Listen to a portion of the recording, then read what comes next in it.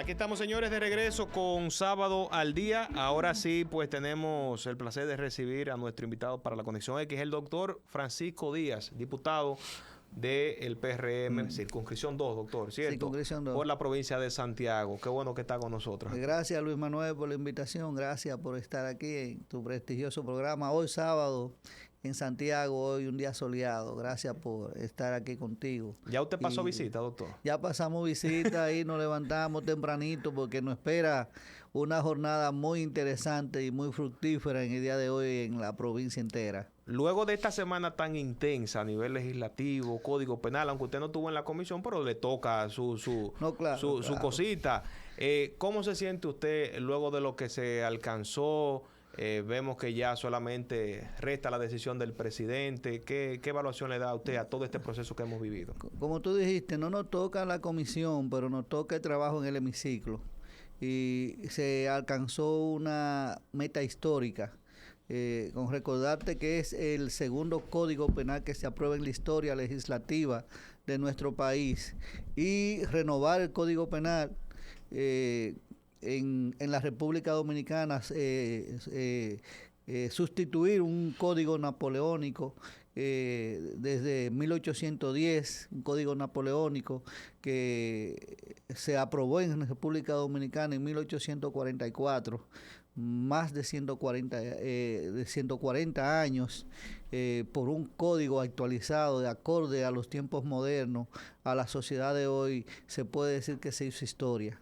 Se puede decir que la República Dominicana ya va acorde o va a ir acorde a los tiempos modernos, y que la sociedad va a estar resguardada y va a estar ahora mismo respaldada por un código actual que va a juzgar en su justa dimensión la sociedad de hoy. Antes de pasar con la siguiente pregunta sobre el código, yo le quiero preguntar, doctor, ¿usted entiende que esa confrontación, por ejemplo, a nivel del Senado entre el presidente y Ricardo de los Santos, así como en la Cámara de Diputados, por ejemplo, la respuesta de Pacheco a la familia presidencial, deslucieron un poquito el proceso del debate ya al final? No, es que entiendo que la democracia te da el derecho a disentir. Yo entiendo que la democracia en que vivimos te da derecho a que tú y yo tengamos una diferencia, y que eso es lo que nos fortalece a nosotros como sociedad. Pero realmente le luce, ya sea cualquier senador o diputado, decir que le cambiaron artículos al código a última hora, ¿o eso no pasó? ¿Qué se dio ahí? A última hora no se cambió. Por ejemplo, nosotros tuvimos que asumir y terminar una legislación a las 4 de la mañana porque la Procuraduría mandó 153 modificaciones y luce a última instancia, ¿verdad? Pero lo asumimos. Sí. Entonces, mientras tanto, nosotros lo que asumimos fue el reto del compromiso de entregarle un código justo, o lo más justo posible, porque como se aprendió en el Congreso, no existe la ley perfecta, pero sí la ley posible. Y en este caso se hizo la ley posible con los menos defectos posibles, pero para que la sociedad marche mejor, se hizo un código penal donde la sociedad dominicana tenga un código penal que sea más justo para la sociedad, y donde la delincuencia en estos casos sea este código sea más implacable con los delincuentes, y donde el hombre justo y la mujer justa sea más protegida desde el punto de vista de la justicia. Usted me habla eso de la Procuraduría, o sea, es una perspectiva que yo no la había analizado, pero tiene mucho sentido. O sea, hubo un proceso de vistas públicas, hubo discusiones hace tiempo, varias legislaturas, y a última hora tú me saltas con 150 modificaciones. ¿No sería esto? 153. ¿No sería esto, o puede leerse como un intento de torpedear ese código como tal? ¿Percibió usted sectores que intentaron torpedear este código al final? Por supuesto. Muchas de las 653 modificaciones fueron justas y enriquecieron el código. No todas, pero muchas sí lo enriquecieron y fortalecieron el código. Por lo tanto, podemos felicitar a la Procuraduría. Eso hizo un código más justo, más fuerte, y sobre todo un código que va a beneficiar más a la sociedad, más a nuestro país y más a la justicia.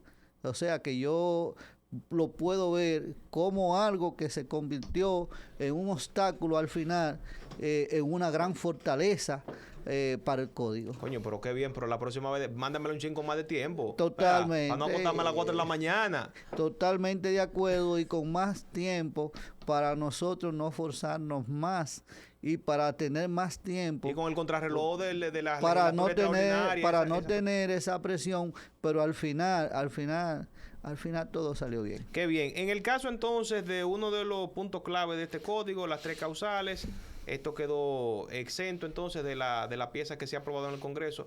¿Ven ustedes, los diputados, que las 3 causales se trabajen en una ley aparte a partir de la siguiente legislatura? Es que las 3 causales nunca estuvieron en cuestión.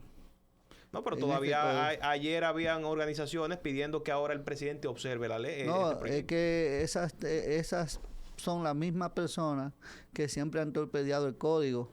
Esos son los mismos fascinerosos que nunca han querido que el código se apruebe. Es que lo primero es que las 3 causales tienen un impedimento constitucional, y eso lo sabe hasta un niño de primaria. Lo primero es que el código 37, el artículo 37 de la Constitución te prohíbe a ti constitucionalmente las 3 causales. Para tú incluir en el Código Penal las 3 causales, lo primero que tú tienes que tener, y yo no soy abogado, lo que soy es médico. Sí. Entonces, lo primero es que esos fascinerosos saben que las 3 causales nunca estuvieron en cuestión en el Código Penal.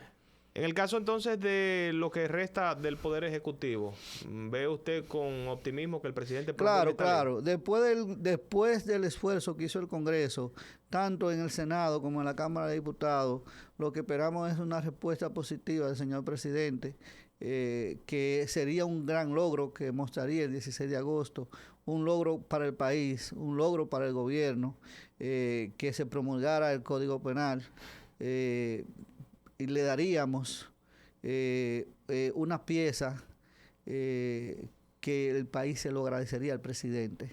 Y el presidente, para fuñirle la cuestión a Pacheco, ¿no le haría caso a la mujer y a las hijas? El presidente es un hombre que está por encima de las situaciones emocionales y personales. El presidente ya no es un hombre el presidente sabe y se sitúa por encima de la familia, por encima de las situaciones emocionales del país. El presidente es un hombre de Estado. Ya el presidente es un hombre del país. El presidente es una persona que se debe al Estado, que se debe al pueblo, y él así lo ha mostrado en estos 5 años de gobierno. Como en toda discusión, en todo proceso de negociación, es un asunto de ganar. Tú no puedes obtener todo. En el caso del diputado Francisco Díaz, ¿qué piezas o qué artículos, qué elementos entendía o quería que estuvieran en el código que no se lo lograron? Mira, yo creo que en mi condición, yo tengo el código que, para mí el código tiene todo lo que yo necesito para que la sociedad siga avanzando. En el caso, yo te puedo decir algo, tenemos datos tan importantes que son castigados. En mi caso, yo puedo decirte a ti que la sumatoria de pena, yo diría no. 60 años es muy poco, porque yo creo que aquí se cometen y se están cometiendo en la sociedad moderna crímenes tan horrendos que yo digo que pueden sumarse, no 60 años, podemos llegar a una sumatoria de pena por encima de los 100 años, 200 años. No porque el individuo lo vaya a vivir, sino es porque el mensaje debe llegar claro a los delincuentes. ¿Por qué no se trabajó tajantemente la expresión cadena perpetua? ¿Pasó eso por discusión? Me robaste el pensamiento, pero te voy a decir algo. Hay penas tan importantes que no estaban contempladas en el Código Viejo. Por ejemplo, ya la vida tuya y mía vale 50,000 pesos en manos de un sicario. Sí. El sicariato. Dime tú, en la sociedad de hoy, cuando hay un individuo que tú le afectas o que entiende que tú le afectaste aún sin tener la culpa, o que afectas intereses, ya la vida tuya en un proyectil de una pistola o de un revólver vale 50,000 pesos. Yo diría que menos, 25,000 pesos, algo así por el estilo. Entonces la pena máxima, estamos hablando ahora de 30 años. Con el nuevo código, ¿de cuánto estaríamos hablando? Estamos hablando 40 años. y, como te dije a con ti, otros agravantes. Con otros agravantes y sumatoria de pena hasta de 60 años. Tenemos pena de asociación de mandatorios agravados, que no existía. Tenemos pena de tráfico de influencia, enriquecimiento ilícito, que no existía. También tenemos el autosecuestro. Que es una figura que hemos visto mucho en las noticias. El secuestro, sí, claro. pero te mencioné el secuestro. Sí. Esa figura no existía. Antes tú tenías un crimen, 1 o 2 años, no. Acuérdate que también existe, también que tenemos el crimen, pero tenemos un apellido que se le coloca, que es el crimen agravado. Sí. De por sí, que le agrega de 10 a 20 años o 20 a 30 años más al individuo. Tenemos también, por ejemplo, las estafas piramidales, señores, esos crímenes organizados, estafas piramidales que antes no existían. Mantequilla y compañía por acciones. Señores, ya Mantequilla está afuera. Ya Mantequilla está afuera. Doctor, se habla, como ustedes trabajaron la ley, los legisladores, que podrían haberse hecho un traje a la medida. Ahora, hábleme de las penas para los funcionarios, porque siempre hay ese temor. El funcionario tiene de 10 a 20 años. El funcionario público por acto de corrupción. Porque estamos hablando, eso tampoco estaba en la ley. Algo muy importante, que tú tienes hijos, yo tengo hijos. Señor, el bullying agravado. ¿Cómo se manejó eso en el nuevo Código Penal? ¿De cuántas penas, de cuánto estamos hablando en cuanto a la pena? ¿O cómo se manejaría eso? No recuerdo exactamente, pero se está hablando del bullying de 5 a 10 años. Y cuando viene a ver el bullying agravado, cuando ya hay un daño... Que pueda derivar en un suicidio o algo así. Se está hablando de 10 a 20 años. Si mal no me acuerdo, acuérdate que tú estás hablando con un médico y que tenemos apenas un código penal que nos mandan ya la modificación final apenas hace 3 días. Entonces quedaron tenemos que revisar. 384 artículos finalmente. No. Acuérdate que el código bajó de 406 artículos. Estamos bajando, yo creo que a 403 a 402 artículos ahí, que todavía estamos revisando el código. La parte de... Y puede, si es observado, inclusive puede hasta bajar.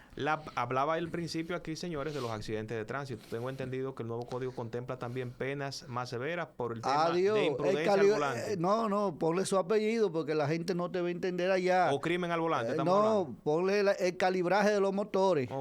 El calibraje de los motores que tiene de 5 a 10 años. No, porque también... si tiene muerte, ponle el apellido que yo te dije, que es un apellido para los criminales agravados, que es cuando hay delitos agravados, cuando hay muerte de 10 a 20 años. No, porque el calibrando es solamente una familia, pero ahí tú tienes el del apellido del cerito. Exacto. Y tú tienes el del apellido, el que hace carrera ilegal. Exactamente. En cualquier calle. Carreras ilegales, todo lo que significa que eso no estaba. Pero el más conocido es que tú lo ves a cada rato y a nosotros como médicos, sobre todo en el caso mío, que trabajo con los politraumas y los accidentados, señores, a cada rato se llevan, porque la mayoría de los pacientes que llegan por el calibraje de motor, o es una señora mayor o es una mujer que llega en estado grave y es que le da un motor que va calibrando y le da de lleno. Un daño colateral que termina en crimen, lamentablemente. Ya eso tiene, que la mayoría de personas fallecen, esos son de 10 a 20 años. Tiene que haber un culpable. ¿Por qué? Porque lamentablemente la irresponsabilidad del individuo tiene que tener un costo. Mire, entonces, hablando de los asuntos partidarios, el código es muy amplio, como dice el doctor, podríamos pasar... Y para terminar, adelante. Señores, y hablando muy claro, algo muy que se tiene que ver con esto, señor, el ciberdelito. ¿A quién no agarran? Yo he sido víctima, a mí me agarran. Marketplace. Señores, yo he sido víctima. Y que mándame los guardias, y tú vas a mandar la computadora ahorita. Del delito, del descrédito, vía internet, vía de las redes sociales, la difamación. Todo eso entra en el ciberdelito. Ya hay un precedente y hay una pena cuando usted puede, o de la difamación. Señores, ya el pudor, señores, de la persona queda protegido, del individuo queda protegido. ¿Y tú crees que un código así, Luis Manuel, no vale la pena? Bueno, es mejor que el que teníamos entonces. Es mejor 100 veces el que teníamos, que tenía más de 144 años. ¿Tú crees que no vale la pena? que por tener 3 causales, que yo no digo que tengan su importancia. ¿Por qué? Porque yo soy médico. Ahora, mis conceptos primarios, religiosos y sociales, tengo mi diferencia y tengo una condición extra. Yo digo siempre que nosotros no estamos preparados como sociedad y nuestro sistema judicial no está preparado para manejar, para que un individuo, como tenemos el sistema judicial, me maneje quién vive y quién muere en sus manos en un juzgado.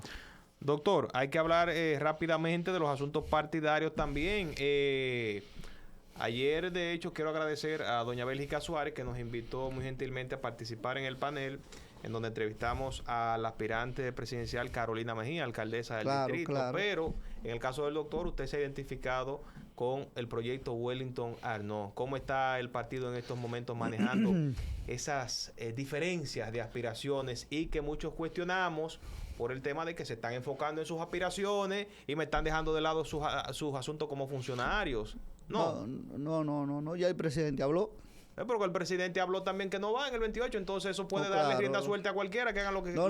Lo bueno de todos los candidatos es que son obedientes, se han enfocado en sus funciones. La mayoría.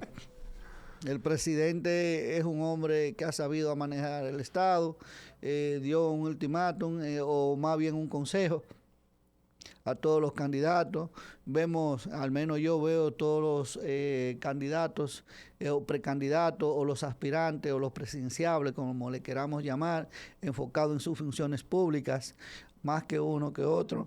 Y la campaña que están haciendo todos están enfocados más en sus funciones públicas y desde ahí, por supuesto, qué mejor campaña que un buen desempeño en su cargo o en el cargo que desempeñan. Lo entendemos, por supuesto, eso cada cual está apoyando el candidato que entiende que puede ser o la persona que puede mañana en el 27 ser el candidato de nuestro partido.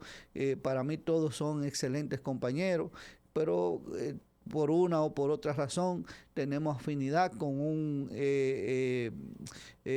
compañero dado.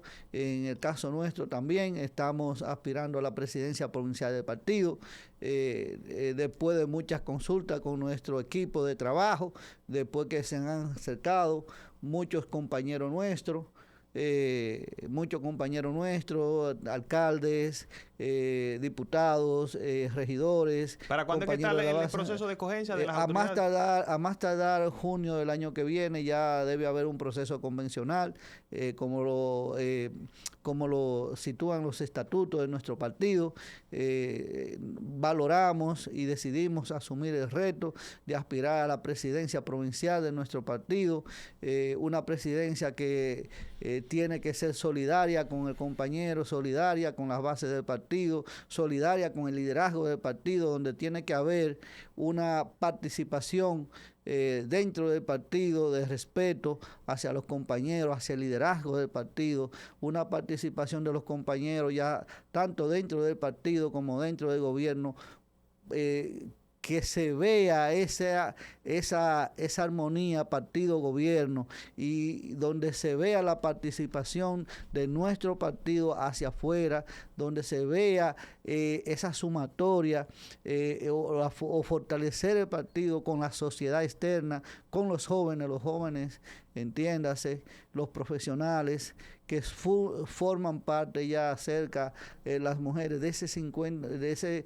tienen un 50% de participación en las urnas. Entonces, el partido tiene que darse a conocer, fortalecer en base a ese voto joven que va a definir en el 28 y en los próximos torneos electorales los posibles gobiernos que vienen ahí y se van a definir en los torneos electorales. Doctor Francisco Díaz, diputado del PRM en Santiago, gracias por acompañarnos. Mire, le voy a felicitar porque yo sé cómo es la dinámica suya y la gente tiene que saberlo. Un doctor que viene, señores, sale de la sesión de la Cámara de Diputados y se mete en el quirófano ahí a romper rodillas y vaina. Entonces, pasa visita, los pacientes me lo han dicho, no por ese hombre fijamente está aquí, o sea que reconozco el trabajo que usted hace en ese sentido y cómo organiza su agenda. Así que muchas felicidades y todo el éxito en su carrera. Gracias a ti. A ustedes las gracias por la sintonía, señores. El próximo sábado, Dios mediante, nos vemos aquí. Café y Paz.